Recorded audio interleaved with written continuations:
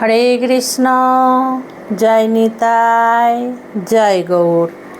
সন্তানেরা খুব চিন্তায় পড়ে গেছো তোমরা। আমাকে অনেক ভক্তর ফোন করা হয়ে গেল। আমার সন্তানেরা ফোন করে জানতে চাইছো যে মা, এবার গুরু পূর্ণিমা কি হবে?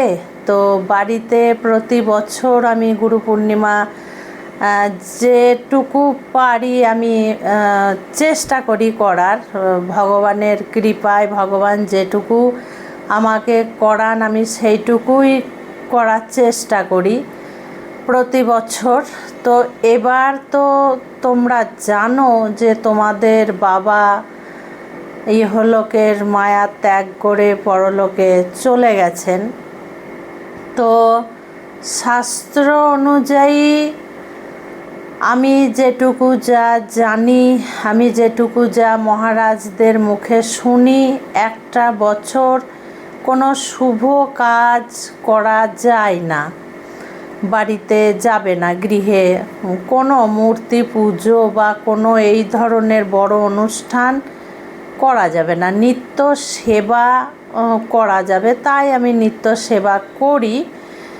যেহেতু তোমাদের ভাই তো এই পূর্ণিমা পুজোটা করে, তো তোমাদের ভাই তো তোমাদের বাবাকে মুখাগ্নি করেছে, কাজেই ওর দ্বারা পুজো করা যাবে না, ও করতে পারবে না। এবার ও ছাড়া পুজো করবেই বা কে? হ্যাঁ, এটাও একটা বলা, আবার করতেও তো নেই, সেটাও একটা বিষয়। তো এই বছর তোমরা সবাই বাড়িতেই ভগবানের কাছে তোমরা যেমন যেভাবে পারবে ভোগ নিবেদন করবে। গোপাল সোনাদেরকে তোমরা সেবা করবে। পূর্ণিমার দিন তোমরা সেদিন নিরামিষ আহার করবে।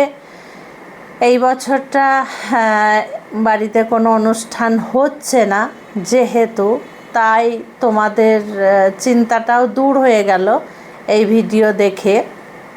আর একটা কথা, তোমরা সব ভাই বোনেরা যারা যেখানে আছো, যেভাবে যাকে চেনো, যাদের ফোন নাম্বার জানো, তাদেরকেও তোমরা জানিয়ে দেবে, ভিডিওটা শেয়ার করে দেবে। তাহলে আমার অন্যান্য সন্তানরাও দেখতে পারবে। হয়তো কিছু কিছু ভিডিও যেমন আমি বুঝতে পারি, সন্তানদের দেখা হয়ে ওঠে না, হয়তো তারা বুঝতে পারে না বা সময় পায় না, দেখা হয়ে ওঠে না। কাজেই আমার প্রত্যেকটা সন্তানদের প্রতি এটা কর্তব্য বলে মনে করি, দায়িত্ব থাকলো তোমাদের উপরে, তোমরা সবাই সবাইকে জানিয়ে দেবে। বোঝা গেল? একজন জানলে আরও 5 জনকে তোমরা সুবিধা হলে তোমরা জানিয়ে দেবে।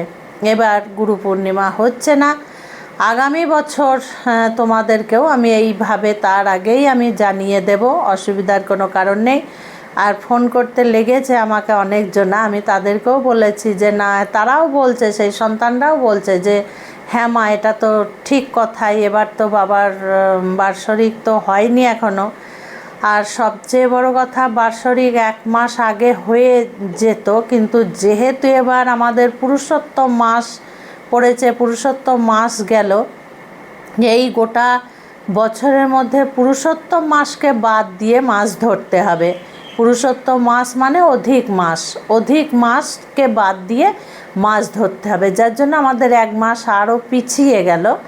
তো পুরুষোত্তম মাস যেহেতু ধরা যাবে না, তো বাবার বাৎসরিক এখনও দিন হয়নি, যেহেতু ওটা আশ্বিন মাসে পুজোর আগেই হয়তো হবে, জানি না কবে, এখনও আমি দেখিনি পঞ্জিকা, দেখে দেখব, তারপরে আমি সেই মতো করে নেব। তো মায়েরা, তোমরা সকলে মিলে ভালো থেকো, সুস্থ থেকো, আর চিন্তার কোনো কারণ নেই, দুঃখ করো না, কষ্ট কেউ পেও না। হ্যাঁ, আমি জানি তোমাদের আনন্দ হয় এসে, তবে কষ্টও হয়, তোমাদের অনেক ভিড়ভাট্টা হয়ে যায়, তো হয়তো ঠিক মতো বসতে পারো না, ঠিক মতো দাঁড়াতে পারো না, কষ্টও হয়। মায়ের বাড়ি এসে আমার সন্তানেদের কষ্ট হলেও হাসি মুখে মানিয়ে নেয়, আমি জানি মায়েরা। এবার বছরে একটা দিন মায়েরা অপেক্ষা করে থাকে, আমার বাবারা অপেক্ষা করে থাকে যে মায়ের বাড়ি আমরা যাব, আনন্দ স্বরূপ যাব। তো ঠিক আছে, এই বছরটা তোমরা একটু কষ্ট করে থাকো। সামনে বছর তো আবার আসছে, তখন আমি তোমাদেরকে সবাইকে জানিয়ে দেব। তোমরা নিজেরা এসে নিজেদের মতো করে দেখাশোনা করে নিজেদের মতো করে তোমরা সব কিছু ম্যানেজ করবে, দায়িত্ব পালন করবে। আর আমি চিন্তা করি না, যেহেতু আমার সন্তানরা আছে, সবাই মিলে তারা নিজেদের মতো করে খুব সুন্দর করে ম্যানেজ করে আমার সন্তানেরা। আমার খুব ভালো লাগে দেখে, আমার মন প্রাণ জুড়িয়ে যায় যে আমার সন্তানেরা এত সুন্দর করে ম্যানেজ করছে, এত ভক্তদেরকে ম্যানেজ করছে। তো খুব ভালো থাকবে, সুস্থ থাকবে তোমরা, আমি আগেই জানিয়ে দিলাম। আজকে আসছি। হরে কৃষ্ণ, জয় নিতাই, জয় গৌর।